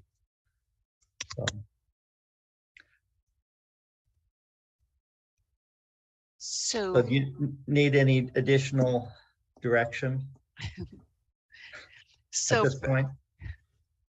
I'm hearing to proceed with an option for remote testimony for the 2 regulatory meetings this cycle. And I could work with you, Mr. Chairman, on the details, but like about maybe the registration prior to the meeting or during the meeting. Maybe it's only during the meeting, and then it would be known that it's after the in-person testimony periods each day.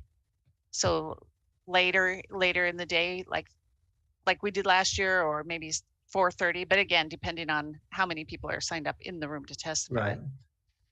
We don't want to displace anyone who's taken the time and effort to be there in person. And we can't listen to people all night or all, for extra days. Go ahead, Lynn. Lynn. Thank you, Mr. Chair. So I guess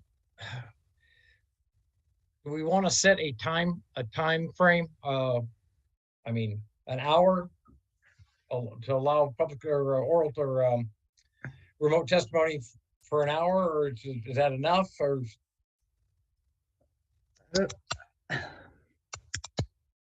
I don't know what the time would be, and I think really I think you need to have, pre-meeting registration if you're going to do it. unless there's some event that occurs. You know, there could be a weather event, for example, in Ketchikan that could prevent people from being in person at the meeting. I just flew into June. I've flown over Ketchikan a number of times. And I think Ryan could tell you about flying all over Southeast. And we did get in yesterday to Juneau, but they told us at the airport in Seattle that if we didn't, they'd just take us back to Seattle and that we were on our own. So. Mr. Chairman. Mr. Chair. Yes. No. I'll go ahead, Sash. No, I was just going to say, for me personally, like I stated before, when we first put this in place, I think everyone assumed we would go back to the way we operated prior to COVID. But now, being with what everyone has said, and Christy, said that they're able to manage it to some degree. For me personally, I'm okay with this for only department people, AC, and the public, if they can prove that their flight was canceled. To me, I think that otherwise, that's not going to get any traction, but that's what I recommend. Okay.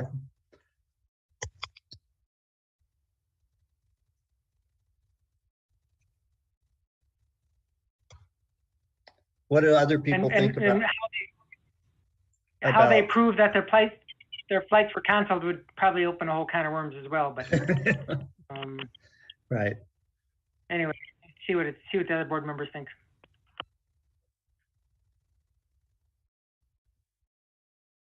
And I don't see that the commissioner is still online. I was wondering if Deputy Commissioner Mulligan had any comments on it. Hi, Mr. Chairman. No, I believe you know. Can you guys hear me? Yeah. Okay, sorry.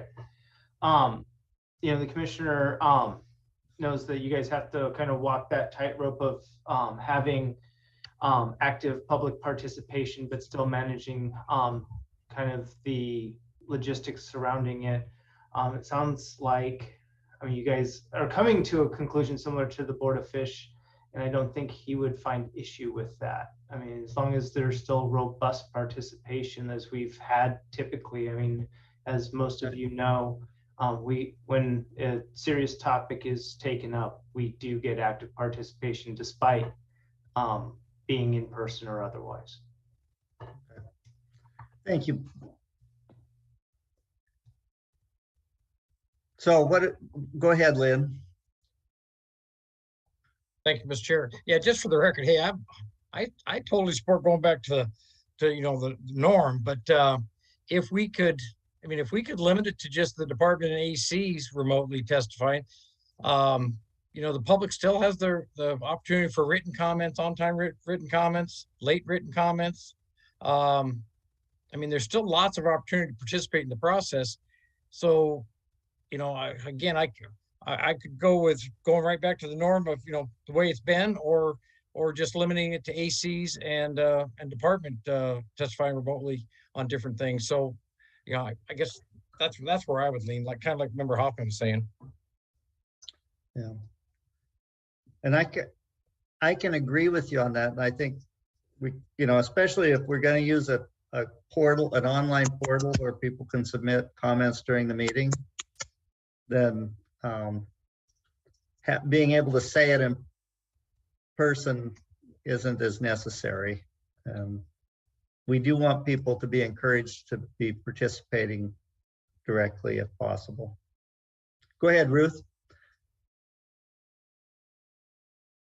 Let me get, okay, there we go.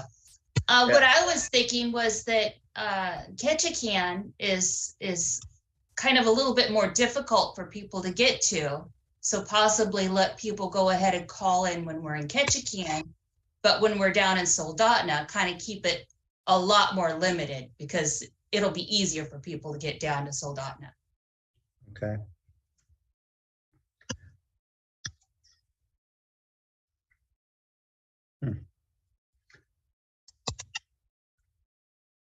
Well, I don't see a consensus agreement here, but but I think, you know, we can,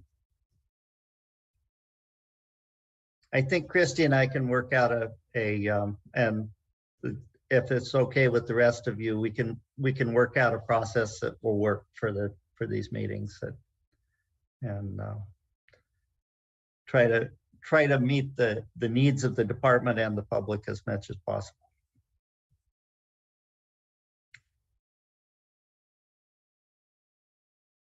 Okay. And with regards to RCs, is the board okay if board supports proceeds with what we would like to do is that process of not expecting the person to bring in 20 copies. Right. We'll work with them on their one copy. We have the portal, online portal available during the meeting for listeners. And then the fax number is an option where someone could submit a comment if they're unable, if they have limitations with internet. And we are definitely not doing any email acceptance of comments at all, not just at the meeting, but even prior, because it's just getting more difficult with spamming and messages being blocked and whatnot. So just want to let the board know about that, Mr. Chair. So if that is okay, I will proceed. We'll proceed with that route. Any board member have an issue with them using an online portal during the meeting and before? If not, then go for it, Christy. Okay, thank you. Okay, I think we've beaten that horse pretty badly. But that said, any other business to come before the board today? I mean, if not, there's a motion to be made. Who wants to make it? Mr. Chairman, I'd like to make a motion to adjourn. Okay, do we have a second? I'll second it. Okay, it's been moved and second, so we are adjourned. Thank you. Thank you, everybody. Thanks, everybody. Thank you. Thanks, everybody. I have an earthquake report too. I heard that earthquake was a 5.